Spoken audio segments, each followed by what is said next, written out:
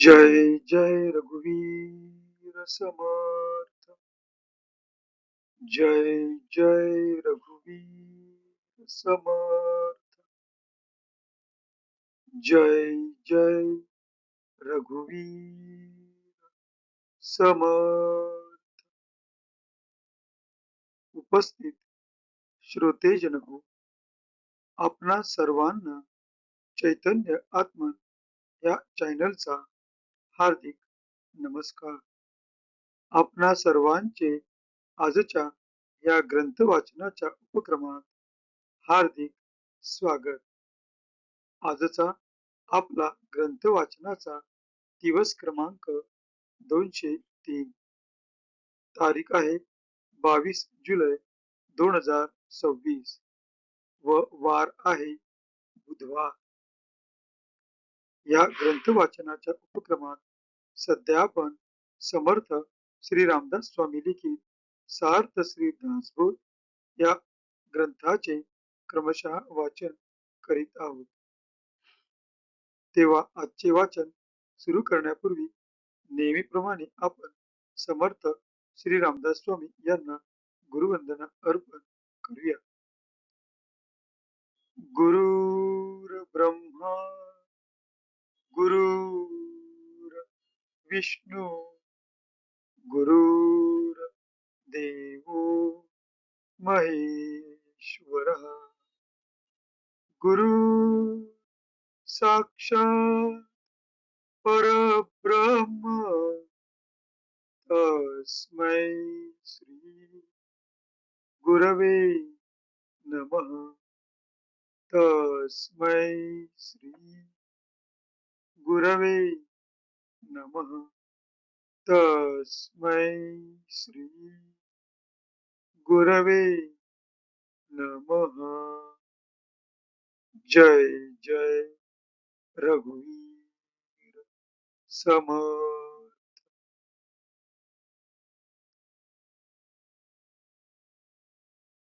आता आपण सार्थ श्री दासबोध या ग्रंथाच्या श्रवणाच्या फलश्रुतीचे महत्व जाणून घेऊया। या फलश्रुतीचे सुंदर असे वर्णन समर्थ श्री रामदास स्वामी यांनी त्यांच्या सार्थ श्री दासबोध या ग्रंथातील प्रथम दशकातील प्रथम समासात केलेले आहे। या फलश्रुतीचे आता आपण वाचन करूया। सर्व संशय एकदम नाहीसे होऊन क्रियेमध्ये म्हणजे आचारामध्ये ताबडतोब फरक पडतो। सायुज्य मुक्तीचे रहस्य कळून येऊन तिच्या प्राप्तीचा सुलभ मार्ग सापडतो। दुसऱ्या बिकट साधनांचे कारण पडत नाही। अज्ञान दुःख व भ्रांती यांचा नाश होऊन तत्काळ ज्ञानाचा लाभ होतो, अशी या ग्रंथाची फलश्रुती आहे। योग्यांचे परमभाग्य असे वैराग्य अंगामध्ये बांधते। विवेक व चातुर्य यथायोग्य प्राप्त होते। जे कोणी संशयग्रस्त अवगुणी व अवलक्षणी असतील ते सुलक्षणी धूर्त तत्ववेत्ते चतुर व समयज्ञ असे होतील। आळशी असतील ते उद्योगी होतील। पाप्यांना पश्चाताप होऊन ते शुद्ध होतील आणि भक्ती मार्गाचे निंदक असतील तेही भक्ती मार्गाला वंदन करू लागतील। बद्धांचेच मुमुक्षु होतील व मूर्ख अति दक्ष होतील। अभक्तांना भक्ती मार्गाच्या योगाने मोक्ष मिळेल। अनेक दोषांचा नाश होऊन पतित असतील तेच पावन होतील। तात्पर्य, हा ग्रंथ नुसता ऐकल्याने प्राण्याला उत्तम गती मिळेल। देहबुद्धीमुळे येणारे अनेक प्रकारचे धोके संशयाचे अनेक धागेदोरे, संसारांतील अनेक उद्वेग हा ग्रंथ ऐकल्याने नाश पावतील. हा ग्रंथ ऐकल्याने अधोगती चुकून मनास विश्रांती व समाधान मिळेल, अशी या ग्रंथाची फलश्रुती आहे. ज्याचा भावार्थ जसा असेल तसे त्याला फळ मिळेल. जय जय रघुवीर समर्थ. आता आपण सार्थ श्री दासबोध या ग्रंथाच्या क्रमशः वाचनास सुरुवात करीत आहोत.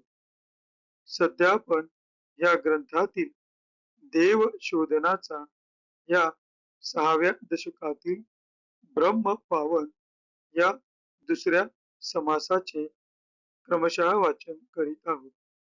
मागील भागात या समासातील आपण ओवी क्रमांक 31 ते ओवी क्रमांक 40 या 10 ओव्यांची त्यांच्या मराठीतील अर्थासहित वाचन केले होते.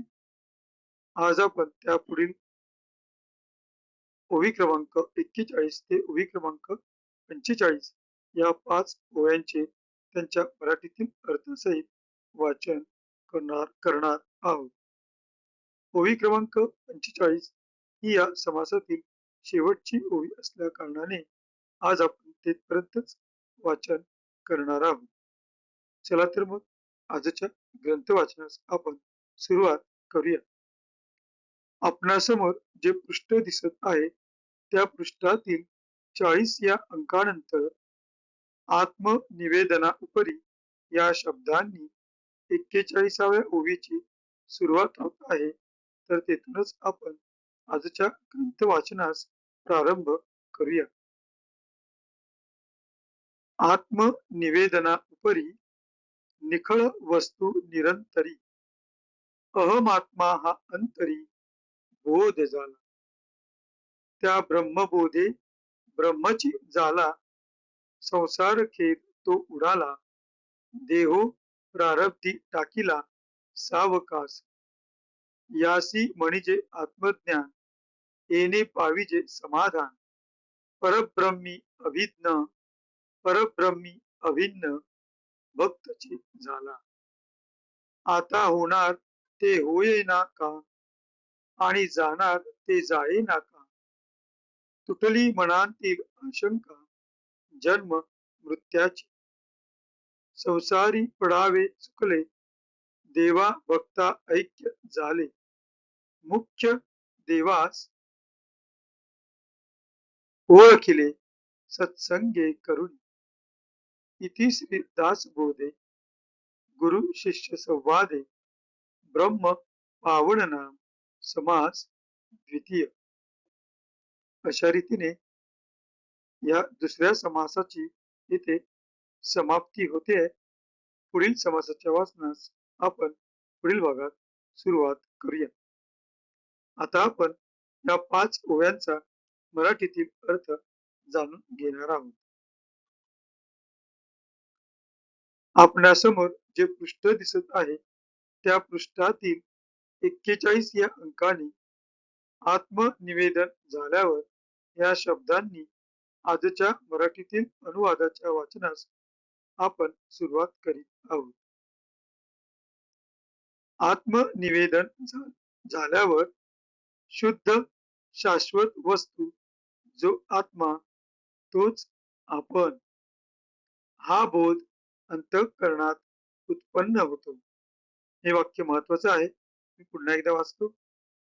आत्मनिवेदन झाल्यावर शुद्ध शाश्वत वस्तू जो आत्मा तोच आपण हा बोध अंतःकरणात उत्पन्न होतो. त्या ब्रह्मज्ञानाच्या योगाने हा ब्रह्मरूपच होऊन जातो.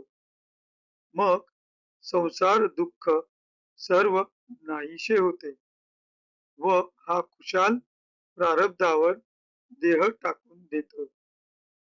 याला आत्मज्ञान म्हणतात. याच्यामुळे समाधान होते. परब्रह्माशी अभिन्न म्हणजे एकरूप असा भक्तच बनून राहतो.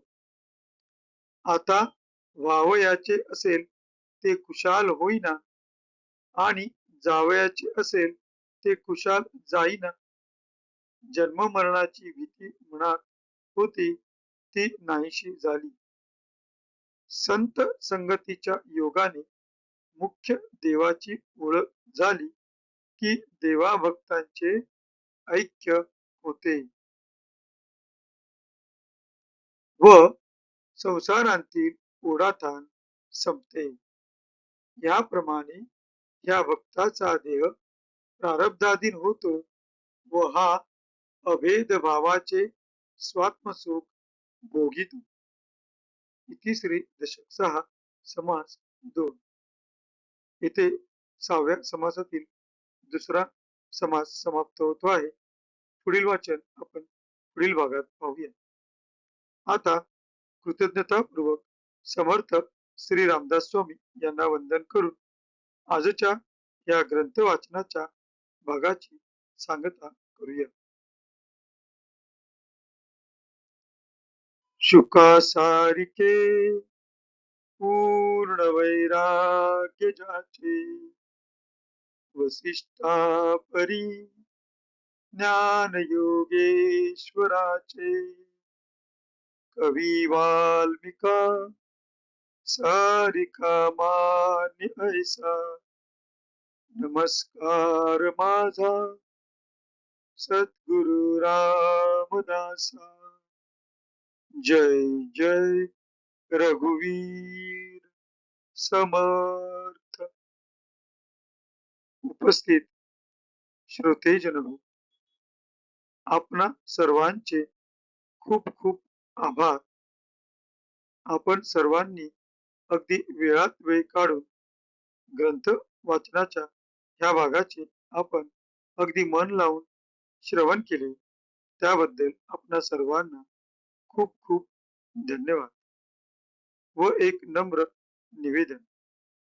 आपणा सर्वांना आमचे रोजचे हे ग्रंथ वाचन व आपणा सर्वांसाठी रोजचे ग्रंथ श्रवण जर आपणा सर्वांना उपयुक्त वाटत असेल, महत्वाचे वाटत असेल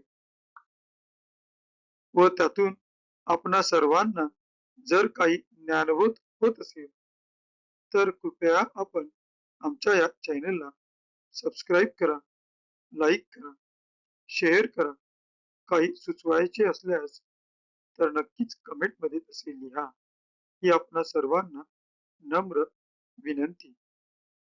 भेटू पुढल्या भागात. जय जय रघुवीर समर्थ.